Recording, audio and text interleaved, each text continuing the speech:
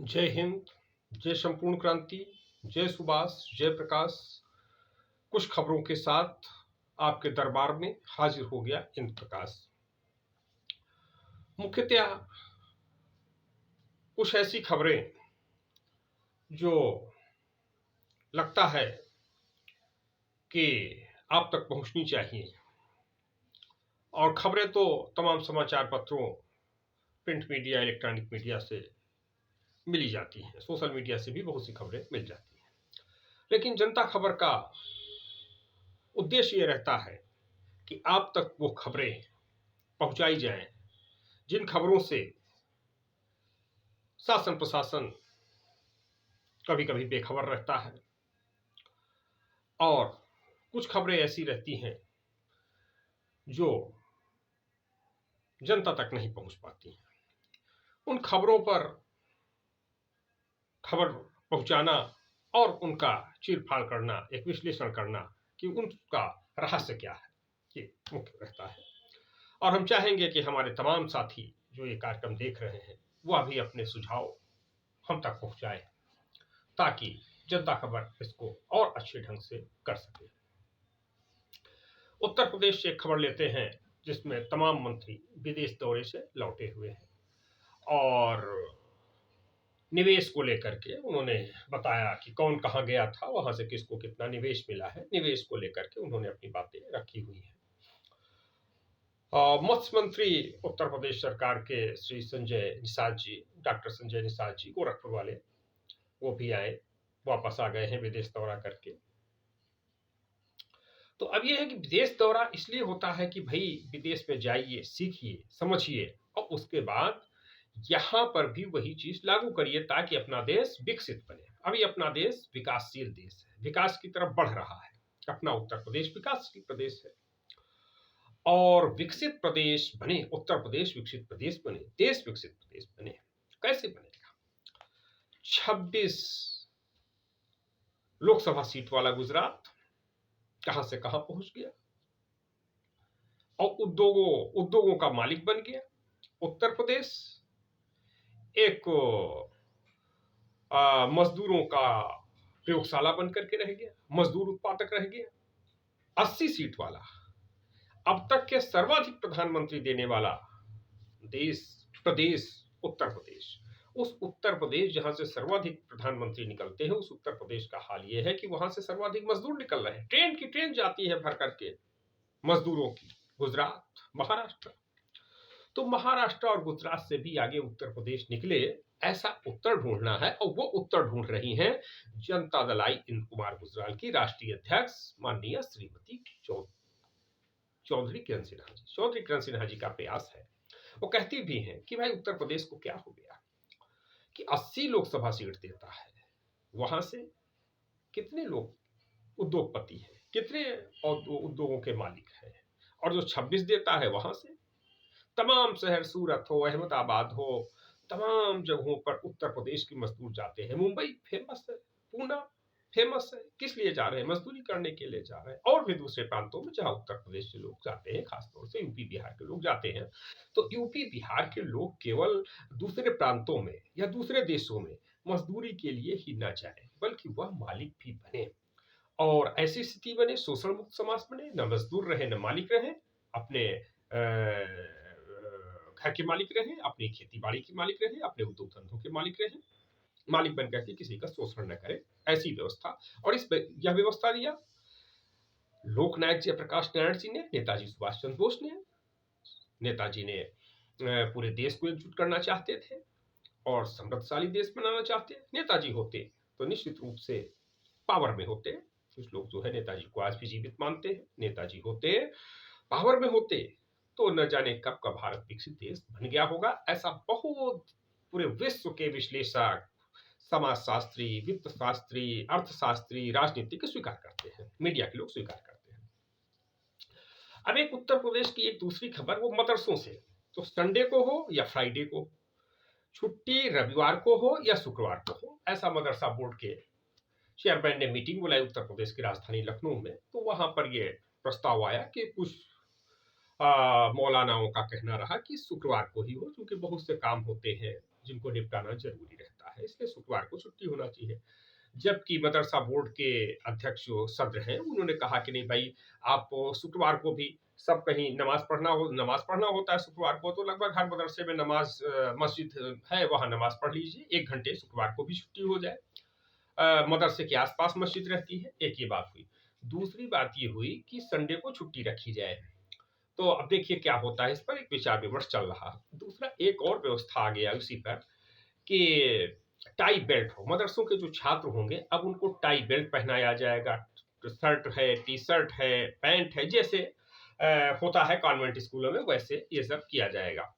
तो उसको लेकर के कहीं ये स्थिति बन रही है कि क्या कुछ लोगों का कहना है कि भाई जैसे तमाम लोग जो है कॉन्वेंट स्कूलों में जा रहे हैं और कोट पैंट पहन रहे हैं, टाई बेल्ट लगा रहे हैं, तो वो कहीं कहीं अंग्रेज कल्चर को बढ़ावा दे रहे हैं, ब्रिटिश कल्चर को, ईसाई संस्कृति को बढ़ावा दे रहे हैं।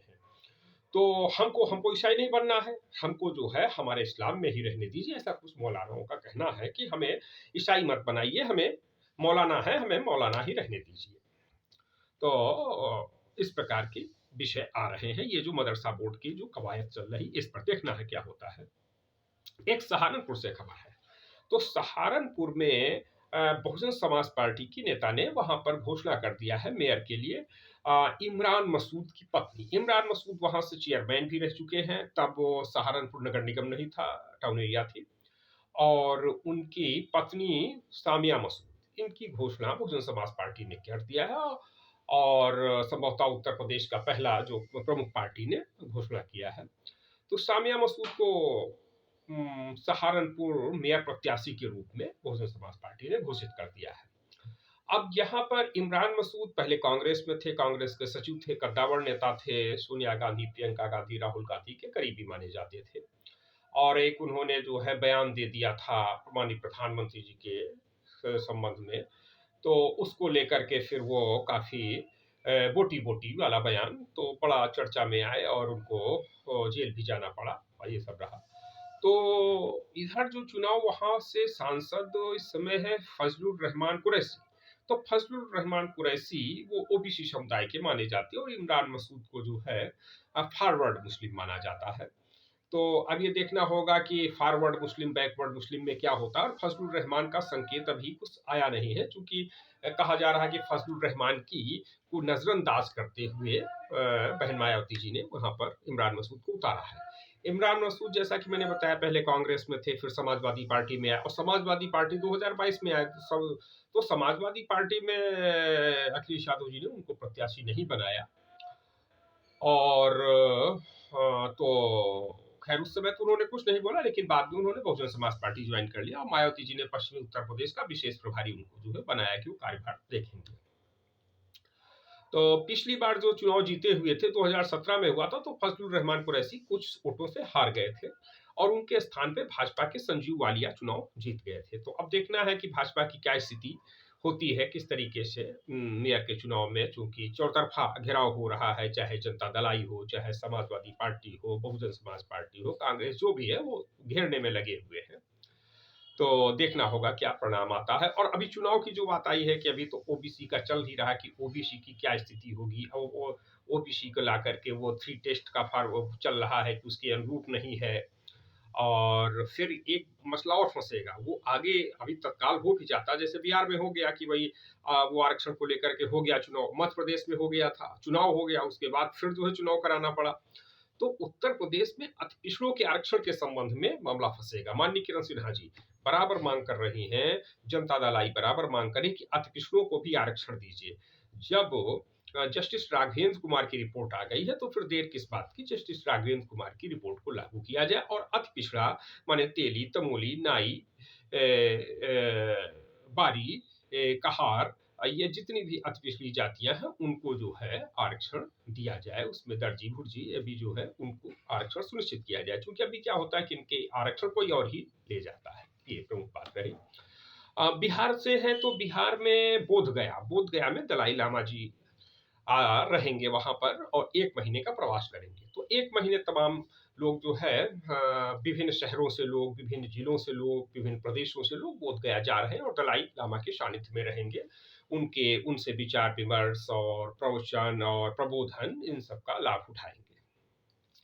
एक खबर मणिपुर से है, बड़ी दुखद खबर है कि मणिपुर में 9 छात्र जो है वह अभी ये जो कोहरा हुआ तो कोहरा में उनका वहाँ टकरा गया और रोड के एक्सीडेंट में मारे गए 9 छात्र। ये चीज़ बड़ा दुखद है कि भारत का भविष्य छात्र जो है रोड एक्सीडेंट में मारा जा रहा है। और कोई भी हो रोड एक्सीडेंट तो रोडों की स्थिति ये तो खैर कोहरा हो गया, लेकिन ऐसे भी भारत की सड़कों की स्थिति अच्छी नहीं है, अंतर्राष्ट्रीय मानकों के अनुकूल नहीं है और भ्रष्टाचार की भेंट चढ़ी रहती हैं सड़कें। एक बात और ख़ास तौर से देखिए कि जो 2 तरीके से, एक तो सड़कें नहीं अच्छी हैं, दूसरा सड़कों का रख-रखाव नहीं अच्छा है, तीसरा ये है कि जो उस पे चल रहे हैं, वो भी सब बिल्कुल जैसे बनता वैसे चलते रहते हैं। कोई कानून-कायदा नहीं कि ब बाएँ बाएँ चलो नियम है, तो बाएँ ना चल के कहो दाएँ चलने लगे। जानवरों से भी बदतर बहुत से आदमी हैं, इंसान हैं, चलने के मामले में, तो उनको वो पता नहीं कहाँ चल जाए, पता नहीं रोड में किधर चल जाए।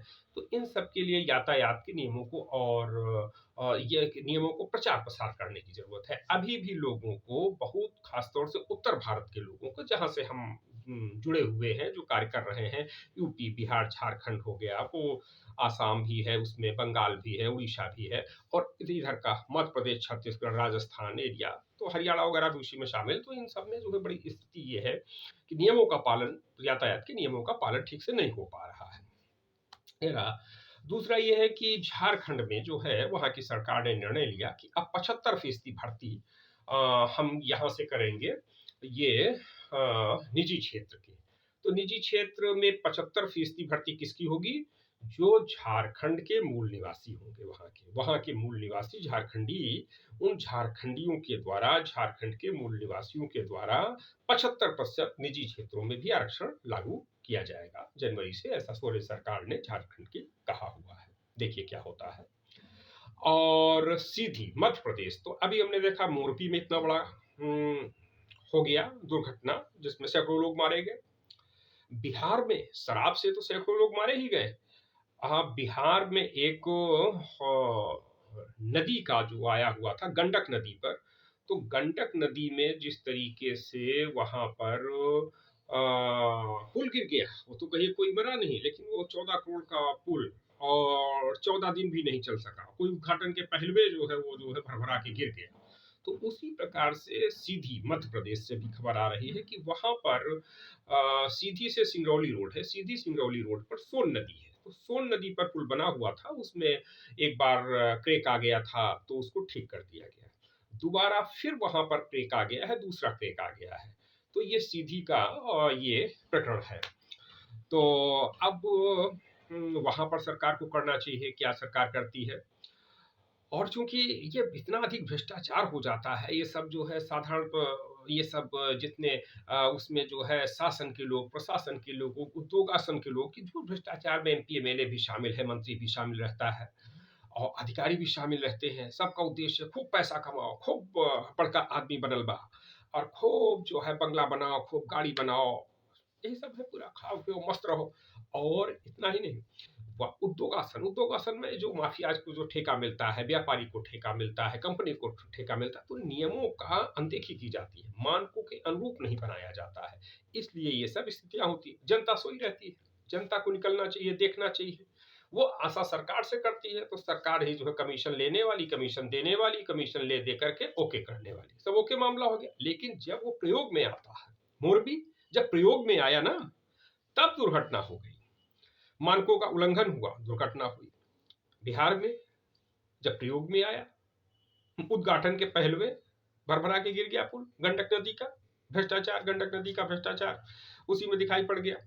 अब ये ये आया हुआ है सोन नदी का, मध्य प्रदेश का मामला। तो कोई यही नहीं, बिहार में तो एक पुल ही पूरा चोरी हो गया, पूरा पुल उड़ गया, चूहे शराब पी गए और बांध, बहुत बड़ा बांध, उसको डैमेज कर दिया चूहों ने, चूहे उसको खुतर दिए। बांध से बहुत बड़ा हाहाहुती बांध बना हुआ था, उसको चूहों ने खुतर दिया। बिहार में, ये यूपी बिहार है, कुछ भी हो सकता है। अब बिहार की बात हो तो पटना की, अभी तो लखनऊ में चूंकि चुनाव का ये सब आरक्षण वगैरह चल ही रहा है, अभी डिक्लेयर नहीं हुआ है, लेकिन मुझे लग रहा है कि 1-2 दिन में डिक्लेयर हो जाएगा। क्योंकि जिस तरीके से पेशी जब जल्दी जल्दी पढ़ने लगे, एक माना जाता है कि जब कोर्ट के द्वारा पेशी जल्दी जल्दी पढ़ने लगे, तब माना जाता है कि न्याय होने वाला है। जज साहब कोई ना कोई न्याय सुनाने वाले ही हैं, बस सुना देंगे। तो ये जिस तरीके से हो रहा है कि भाई जल्दी जल्दी पेशियां पढ़ रही हैं, तो ये जो पेशी पढ़ रही हैं, तो इनको देखते हुए लग रहा है कि 1-2 दिन में अधिसूचना जारी हो जाएगी और उत्तर प्रदेश में चुनाव हो जाएगा। तो उत्तर प्रदेश में चुनाव में तो खास तौर से लखनऊ के लिए पूरा प्रयास जनता दल इंद्र कुमार गुजराल का है, चौधरी किरण सिन्हा यूथ ब्रिगेड का है कि लखनऊ में अपना मेयर बनाया जाए, और इसके लिए ठोस काम कर रहे हैं वो लोग। और अभी पटना, तो पटना में माननीय किरण सिन्हा जी ने उसमें लगा दिया है अपनी टीम। चौधरी किरण सिन्हा यूथ ब्रिगेड पूरी तरीके से पटना में लगी हुई है। किसके लिए? माला सिन्हा के लिए। जनता दल इंद्र कुमार गुजराल की टीम लगी हुई है पटना में। किसके लिए? माला सिन्हा के प्रचार प्रसार के लिए। और वो सब लोग पूरा जा करके वहाँ पर बस्तियों में जा करके, बूथ स्तर पर जा करके, लोगों से मिलजुल करके ये प्रचार प्रसार कर रहे हैं और मोटिवेट कर रहे हैं कि माला सिन्हा को वोट दीजिए। और पूरा प्रयास जनता दल इंद्र कुमार गुजराल का है कि पटना सीट जीती जाए। और फाइट में तो लखनऊ और पटना, तो दोनों स्थानों पर जनता दल इंद्र कुमार गुजराल फाइट में रहेगी, इसमें कहीं कोई दो राय नहीं है। तो पूरा प्रयास चल रहा है वहाँ के लिए। और वहाँ के लिए कहा जाता है लखनऊ और पटना के बारे में, चूंकि 19 में भी सतपाल सिन्हा ने चुनाव लड़ा हुआ था, कई बार वो सांसद भी रहे वहाँ से, समय रविशंकर प्रसाद सांसद है भी। और पटना से मैडम सिन्हा ने जो लखनऊ से मैडम सिन्हा ने चुनाव लड़ा हुआ था। तो लखनऊ और पटना के बारे में कहा भी जाता है कि लखनऊ पटना है लाला का, नहीं किसी के आला का। तो माने ये आला कमान, कांग्रेस का आला कमान, भाजपा का आला कमान, कम्युनिस्ट का आला कमान, जनता दल का आला कमान, तो आला कमान का नहीं, ये पटना और लखनऊ लाला का है। क्योंकि यहाँ पर लगभग जो है 8-10 लाख पॉपुलेशन पटना में भी कायस्थों की है, और 8-10 लाख पॉपुलेशन ही लखनऊ में भी, लखनऊ में जबकि थोड़ा अधिक है। क्योंकि लखनऊ में तमाम अब उत्तर प्रदेश, झारखंड, पश्चिम बंगाल, आसाम के तमाम लोग आ रहे हैं। यहाँ से पहले से लोग दिल्ली मुंबई जाते थे, तो अब लखनऊ में भी बड़े पैमाने पर लोग रह रहे हैं। तमाम लोग कुछ मध्य प्रदेश वगैरह से भी आ गए हैं। यहाँ लखनऊ में अच्छी सुविधाएं हैं, तो इस सुविधाओं के नाते रोजगार के अवसर अच्छे हैं, शिक्षा के अवसर अच्छे हैं, तो लगभग सब लोग आ रहे हैं। तो उसी उसी में कुछ कायस्थ भी आ रहे हैं, क्योंकि कायस्थ जो है आमतौर से ज़्यादातर शिक्षा के नज़दीक रहता है, नौकरियों के नज़दीक रहता है, खेती बाड़ी में कम जो है अपना ध्यान लगाता है, तो खेती बाड़ी से दूर हो जाता है, तो महानगरों में ही रहता है। तो लखनऊ में कुछ संख्या जो है 12-12 लाख के लगभग जो है लखनऊ में माना जा रहा कायस्थों की संख्या हो गई है। और अभी कायस्थ संगठनों ने एक नारा दिया है, और बलदाऊ जी श्रीवास्तव है उनके नेतृत्व में एक बन रहा है। और गोंडा की तरुश्री श्रीवास्तव है, वो कांग्रेस से चुनाव भी लड़ चुकी है गोंडा विधानसभा क्षेत्र से।